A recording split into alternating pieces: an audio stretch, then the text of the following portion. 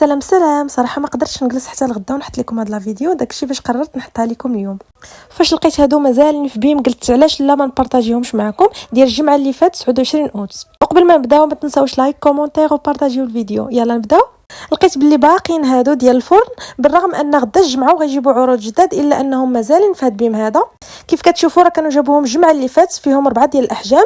كاين هذا الحجم الكبير كاع داير 119 درهم فاصله 90 سنتيم، العبار ديالو 37 سنتيم على 22 سنتيم، وكاين المتوسط داير 74.90 سنتيم، العبار ديالو 15.5 على 32، وكاين اللي تابعو عاود 14.5 على 25.7، وكاين الصغير كاع اللي داير 30 درهم 10.8 على 19 سنتيم. طبيعه الحال ما بقاوش كاملين، بقاو غير هاد الجوج. انا غير حاولت نشرح لكم شنو كانوا جابوا بالضبط. ولقيت مازال كاينين حتى هاد الطباصل هادو، بالرغم انه كاينين غير جوج ديال الاحجام اللي بقاو، الا انني غنوريكم 3 ديال الاحجام اللي كانوا جابوا الجمعه اللي فات. هذا الثمن ديالو 59.90 سنتيم، العبار 25.5 سنتيم على 25، وكاين الصغير كاع اللي العبار ديالو 21 سنتيم داير 30 درهم.